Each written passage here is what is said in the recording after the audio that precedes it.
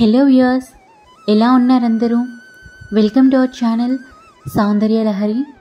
ఈరోజు ఈ వీడియోలో నేను ఇంటి దగ్గర తులసి కోట దగ్గర మనము 365 వత్తుల్ని కార్తీక పౌర్ణమి రోజు ఎలా వెలిగించాలి అనే విషయాల్ని ప్రతి ఒక్కటి కూడా నేను డీటెయిల్గా చెప్తున్నానండి. ఎందుకంటే 365 వత్తులు వెలిగించాలి అంటే చాలామంది కూడా నార్మల్గా వెలిగించేస్తూ ఉంటారు, కానీ కరెక్ట్ ప్రొసీజర్ అనేది ఫాలో అవ్వరండి, గుళ్ళో అయినా కానీ ఇంట్లో అయినా కానీ. సో అలాంటి తప్పులు చేయడం వలన మనము ఈ దీపం వెలిగించిన ఫలితం అయితే మనకి రాదండి. ఏదైనా కూడా కరెక్ట్ ప్రొసీజర్ అనేది కరెక్ట్గా చేస్తేనే మనకి ఆ ఫలితం అనేది వస్తుంది. 365 వత్తులు దేవుడి ముందు ఉంచేసి చాలామంది వెలిగిస్తూ ఉంటారు, కానీ ముందుగా మనము ఏమేం చేయాలి, తర్వాత ఏం చేయాలి అనేవన్నీ కూడా తెలుసుకొని తర్వాత మనం పూజ కనుక చేస్తే మనకి ఆ పూజ ఫలితం అనేది మనకి లభిస్తుందండి. అయితే వీడియో ఎక్కడ కూడా స్కిప్ చేయకుండా పూర్తిగా చూడండి. మధ్యలో మీకు ఇంకా ఏమైనా డౌట్స్ అనేవి ఉంటే నన్ను కామెంట్ సెక్షన్లో అడగండి, నేను తప్పకుండా రిప్లై అనేది ఇస్తాను. ఈ కార్తీక పౌర్ణమి రోజు మనము 365 వత్తుల దీపాన్ని మనము గుడిలో కానీ ఇంటి దగ్గర కానీ వెలిగించుకోవచ్చండి. అయితే ఎక్కువగా గుడిలో వెలిగిస్తే చాలా పుణ్యం. ఒకవేళ గుడికి వెళ్ళడం వీలు కానట్లయితే మనం ఇంట్లో పూజ గదిలో కానీ లేదు అనుకుంటే తులసి కోట దగ్గరైనా కానీ ఈ 365 వత్తుల దీపాన్ని మనం వెలిగించుకోవచ్చండి. అయితే గుడిలో కానీ ఇంట్లో కానీ మనము ఈ 365 వత్తుల దీపాన్ని వెలిగించే ముందు మనము నిత్య దీపారాధన ఇంట్లో రోజువారీ ఎలా చేస్తున్నామో అలాగే చేసుకోవాలండి. నిత్య దీపారాధన అయిపోయిన తర్వాత మనము తులసి కోట వద్ద కానీ పూజ రూమ్లో కానీ ఈ 365 వత్తుల దీపారాధన చేసుకోవాలి. అయితే నాది పూజ గది మా ఇంట్లో చిన్నగా ఉంటుంది కాబట్టి నేను తులసి కోట దగ్గరే నేను పాడ్యమి దీపాలను కూడా వదులుతూ ఉంటాను కాబట్టి నేను తులసి కోట దగ్గరే ఈ 365 వత్తుల దీపాలని కూడా ఎలా పెట్టుకోవాలో చూపిస్తున్నానండి. అయితే ఈ కార్తీక మాసంలో మనము ఉదయము సాయంత్రము కూడా తులసి కోట దగ్గర అయితే దీపారాధన చేసుకోవాలండి. అది చాలా మంచిది. ఇంటికి ముందుగా తులసి కోట దగ్గర పద్మం ముగ్గు అనేది వేసి మనము దీపారాధన చేసుకొని దీపము ధూపము నైవేద్యము ఆ తులసమ్మకి సమర్పించాలండి. రోజువారీ మీరు తులసి కోట దగ్గర ప్రతిరోజు ఎలా చేసుకుంటున్నారో అలాగే చేసుకోవచ్చండి. తరువాత మనము 365 వత్తులు ఎలా వెలిగించాలి అనేది చెప్తానండి. తులసి కోట దగ్గరే మీరు శివపార్వతుల కుటుంబం ఉన్న ఫోటోని కూడా పెట్టుకొని కూడా పూజించవచ్చండి. లేదు అనుకుంటే శివపార్వతుల ఫోటో లేకుండా కూడా పూజించవచ్చు. అయితే ఈ కార్తీక పౌర్ణమి రోజు మనము శివయ్య దగ్గర లింగాష్టకము బిల్వాష్టకము చదువుకుంటే చాలా మంచిది. అలాగే ఆ శివయ్య ముందే మనము 365 వత్తుల దీపాన్ని వెలిగించుకుంటున్నాము అనే తృప్తి కూడా మనకి ఉంటుంది. కాబట్టి నేను ఇక్కడ పూజ చేసే ప్లేస్లో శివయ్యని కూడా నేను శివ కుటుంబం ఉన్న ఫోటోని కూడా పూజలో పెట్టుకుంటున్నానండి.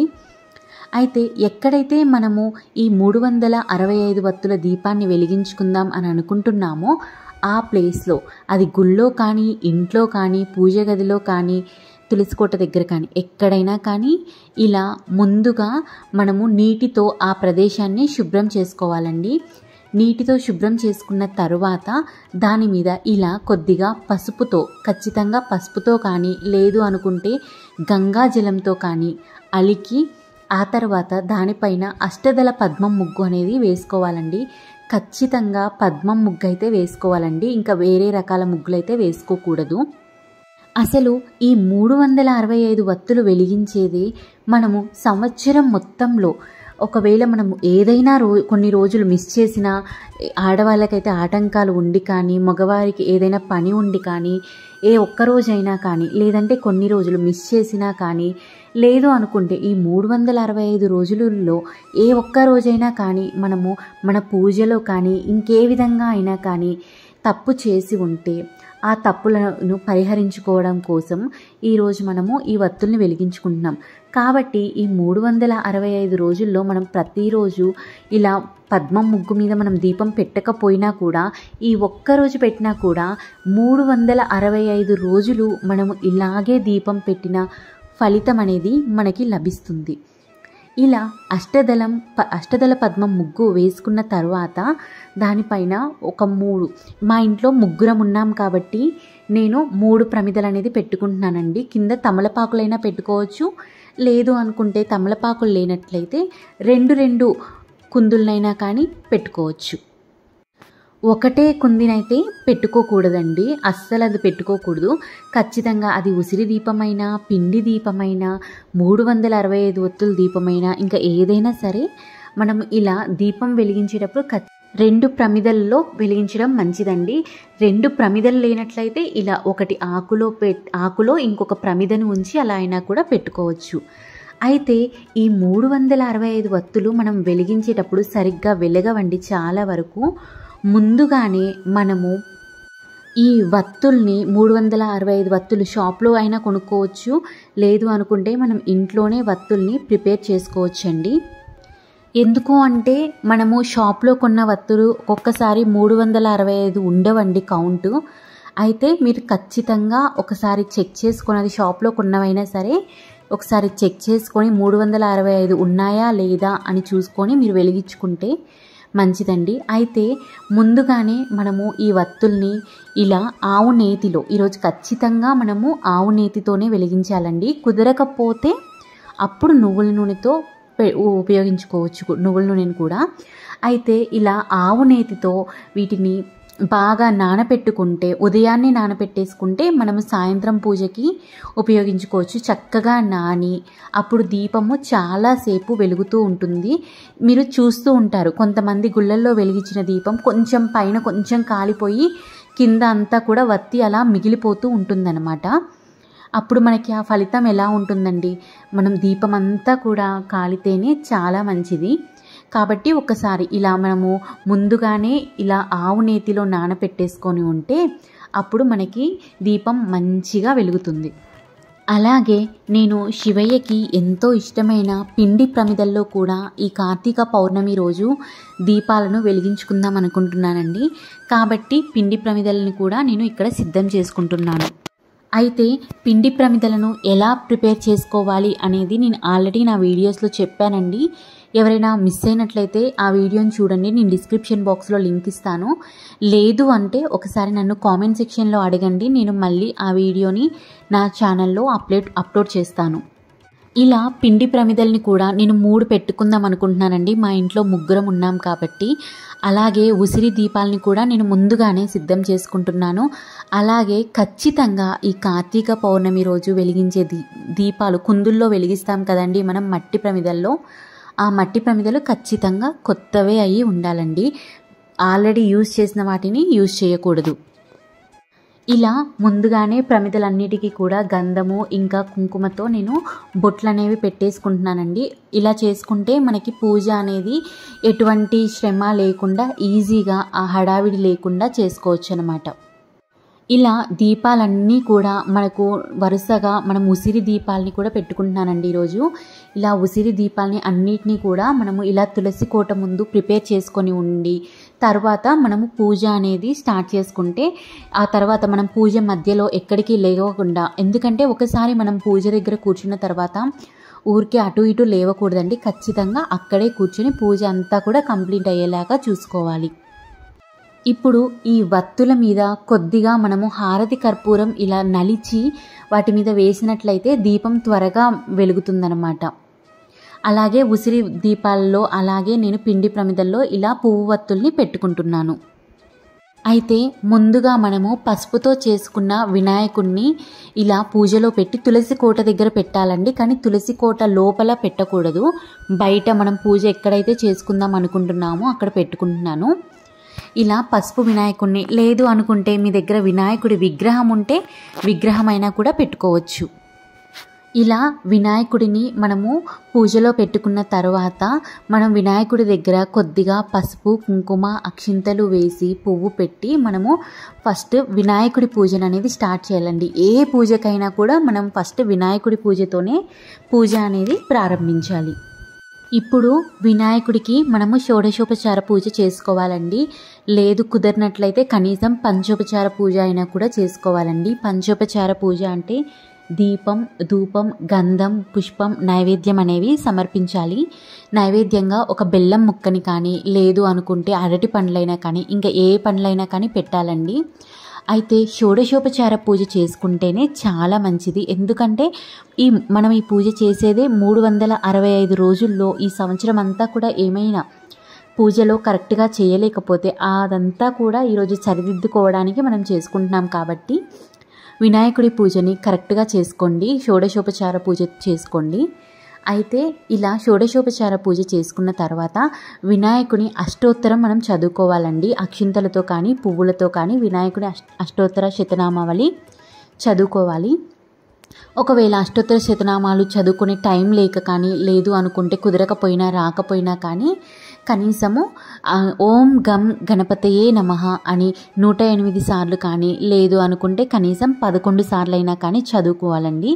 తర్వాత మనము స్వామికి క్షమా ప్రార్థన అనేది చేసుకొని, అంటే క్షమా ప్రార్థన అంటే కొద్దిగా ఒక పువ్వు, కొద్దిగా అక్షింతలు తీసుకొని, నా పూజలో ఏమైనా తెలిసి తెలియక తప్పు చేస్తే క్షమించు తండ్రి అని స్వామిని మనము క్షమించమని కోరుకోవాలండి. తర్వాత మనం సంకల్పం అనేది చెప్పుకోవాలి. తర్వాత స్వామివారికి హారతి కర్పూరం అనేది చూపించి తర్వాత మనము స్వామివారిని కదపాలండి. కదిపిన తర్వాత ఇప్పుడు మనము శివయ్య దగ్గర పూజ అనేది చేసుకోవాలి. ఇది కావాలి అనుకుంటే స్కిప్ చేసుకోవచ్చండి, ప్రాబ్లం లేదు. ఎలాగో మనము పూజ గదిలో నిత్య దీపారాధన చేసుకొని పూజ చేసుకుంటాం కాబట్టి మళ్ళీ ఇక్కడ సపరేట్గా చేసుకోక్కర్లేదు. కానీ నేను ఇక్కడ అసలు పూజ గదిలో కూడా ఎలా చేసుకోవాలి అనేది చెప్పడానికి నేను చూపిస్తున్నానండి. ఇలా శివయ్య ముందు మనము 108 బిల్వపత్రాలతో మనము ప్రార్థన అనేది చేసుకోవాలండి. అయితే నా దగ్గర 108 బిల్వపత్రాలు మనకి దొరకవు కదండి, అందరికీ అవైలబుల్గా ఉండవు కదా సిటీలో ఉన్న వాళ్ళకి. కాబట్టి నా దగ్గర ఉన్న ఒక వెండి బిల్వపత్రం ఉందండి. అది తీసుకొని ఇలా తమలపాకు మీద పెట్టుకొని నేను లింగాష్టకం అనేది చదువుకుంటున్నాను. ఇలా లింగాష్టకము, బిల్వాష్టకము ఇలా ఇవన్నీ కూడా, అలాగే శివ అష్టోత్తర శతనామాలు అన్నీ మనం పూలతో కానీ అక్షింతలతో కానీ చదువుకుంటే చాలా మంచిది. స్వామివారికి కూడా మనము శివయ్యకి కూడా పంచోపచార పూజ కానీ, లేదు అనుకుంటే షోడశోపచార పూజ అయినా కానీ చేయాలండి. తర్వాత మనం ఇలా పూజ చేసుకున్న తర్వాత దీపాలు అనేవి వెలిగించుకోవాలండి. ఏకవత్తి హారతితోనే వెలిగించుకోవాలండి. లేదు అనుకుంటే కనీసం అగరవత్తితో అయినా కానీ వెలిగించుకోవాలి, కానీ అగ్గిపెట్టెతో వెలిగించుకోకూడదు. ఇలా ముందుగా నేను పిండి దీపాలను వెలిగించుకున్నాను. ఇప్పుడు ఇక్కడ మనం పెట్టుకున్న 365 వత్తుల దీపాలను వెలిగించుకోవాలండి. అయితే ఎవరి దీపాన్ని వాళ్ళే వెలిగించుకుంటే చాలా మంచిదండి. ఎందుకంటే మనం ప్రతిరోజు కూడా ఇంట్లో ఎవరమో ఒక్కలమే పూజ చేస్తాం కాబట్టి, ఇంట్లో ఉన్న అందరం చేయం కాబట్టి ఆ ఫలితం అనేది మనకి రావాలి అనుకుంటే ఎవరి దీపం వాళ్ళే వెలిగించుకోవాలండి. ఒకవేళ ఈరోజు కూడా కుదిరినట్లయితే ఇంట్లో ఎవరైనా కానీ అందరి పేర్లు చెప్పుకుంటూ మనము ఈ దీపాన్ని అనేది వెలిగించుకోవచ్చు. అయితే నేను ఇక్కడ మా ఇంట్లో ముగ్గురం ఉన్నాం కాబట్టి 365 వత్తుల దీపాన్ని వెలిగిస్తున్నానండి. అలా ఇంట్లో ఎంతమంది ఉంటే వాళ్ళందరి పేర్లు చెప్పుకుంటూ మనము అన్ని 365 వత్తులు వెలిగించుకోవాలండి. ఇలా ఈ కార్తీక మాసంలో ఉసిరి దీపం వెలిగించుకుంటే చాలా మంచిది. అలాగే పిండి వత్తులతో ఇలా పిండి దీపాలని వెలిగించుకున్నా కూడా ఎంతో మంచిదండి. ఇలా వెలిగించుకున్న తర్వాత మనము నైవేద్యం అనేది సమర్పించాలండి స్వామివారికి. ఈరోజు మనము నైవేద్యంగా పులిహార, చక్కెర పొంగలి, దద్దోజనము, అలాగే ఖచ్చితంగా వడపప్పు, చలివిడి, బెల్లము కంపల్సరీగా పెట్టాలండి. అయితే పులిహార అనేది ఇవన్నీ నైవేద్యాలు అనేది మన ఆప్షనల్ అండి. ఎందుకంటే మనం 365 రోజులు మనం నిత్య దీపారాధనలో మనము నైవేద్యం పెట్టినా పెట్టకపోయినా, అంటే మనము వన్డే పెట్టాం కదండి, మనం ఏవో ఒక పండ్లు అయితే పెడతాం కదా నైవేద్యంగా. కాబట్టి ఈరోజు ఖచ్చితంగా ఏదైనా కానీ ఒక వంటకం వండి పెట్టుకుంటే మనం ఈ సంవత్సరం అంతా కూడా 365 రోజులు వండి పెట్టిన ఫలితం అనేది మనకి లభిస్తుంది. కాబట్టి ఖచ్చితంగా ఏదైనా ఒక్క పదార్థం వండి పెట్టండి. అలాగే ఖచ్చితంగా వడపప్పు, చలివిడి, బెల్లము, పానకము ఇవి కూడా మనం పూజలో స్వామికి నైవేద్యంగా చూపిస్తే చాలా మంచిది. తర్వాత మనం నైవేద్యం పెట్టిన తర్వాత హారతి కర్పూరం అనేది సమర్పించాలండి స్వామివారికి. అలాగే మనం పెట్టుకున్న 365 వత్తుల దీపానికి కూడా మనము హారతి అనేది చూపించాలండి కంపల్సరీగా. తర్వాత హారతి పక్కన పెట్టి కొద్దిగా నీళ్లు చిలకరించి మళ్ళీ చేత్తో స్వామివారికి హారతి అనేది అద్దాలి. అలాగే ఈ 365 వత్తుల దీపానికి కూడా హారతి అనేది అద్దాలండి. ఇలా హారతి అనేది ఇచ్చిన తర్వాత మనము ఈ పూజ అయితే అయిపోతుందండి. కానీ ఈ 365 వత్తుల దీపాన్ని అలా వదిలేయకూడదండి.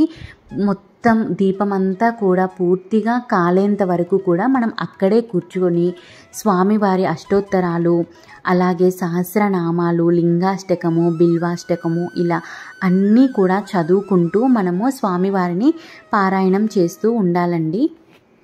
తరువాత ఇలా మనము గుడిలో అయినా కానీ ఇలా దీపాలను పెట్టేసి వెళ్ళిపోతూ ఉంటాము. మనము ఇలా వినాయకుడిని, అక్కడ నైవేద్యాన్ని, ఇలా ఈ వత్తుల్ని అన్నిటినీ కూడా ఎవరో ఒకళ్ళు తగలడమో, లేకపోతే వాళ్ళకి ఇబ్బందిగా ఉండడమో, లేకపోతే నెక్స్ట్ వాళ్ళు పూజ చేసుకుందాము అని అనుకొని మనం ఇలా వెలిగించిన దీపాన్ని పక్కకి జరిపేసి వాళ్ళక్కడ వెలిగించుకోవడము, తర్వాత దీపం కొండెక్కిన తర్వాత ఎవరో ఒకళ్ళు అది చీపిరితో ఊడ్చేయడము ఇలా చేస్తూ ఉంటారండి. అది చాలా మహాపాపం కింద లెక్కండి. ఆ పాపం మనకే తగులుతుందనమాట.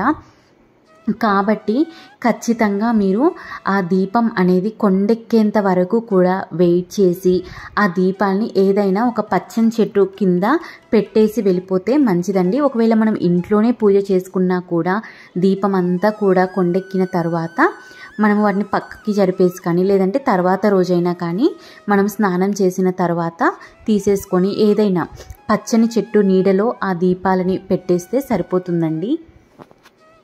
చూసారా, ఇలా మనము ముందుగానే వత్తుల్ని నానపెట్టుకోవడం వలన మనకి పూర్తిగా వత్తులంతా కూడా పూర్తిగా కాలిపోయి ఉంటాయండి. కాబట్టి మనకి ఆ ఫలితం అనేది మనకి లభిస్తుందన్నమాట. ఇదండి ఈ రోజుటి వీడియో. ఈ వీడియో మీకు నచ్చితే లైక్ చేయండి. ఇంకా ఎవరికైనా యూజ్ అవుతుంది అనుకుంటే షేర్ చేయండి. అలాగే నా ఛానల్ని సబ్స్క్రైబ్ చేసుకొని పక్కనే ఉన్న బెల్ ఐకాన్ని క్లిక్ చేయండి. అప్పుడు నేను ఫ్యూచర్లో ఏ వీడియోస్ చేసినా మీకు వెంటనే నోటిఫికేషన్లో కనిపిస్తాయి. థ్యాంక్ యూ సో మచ్ అండి.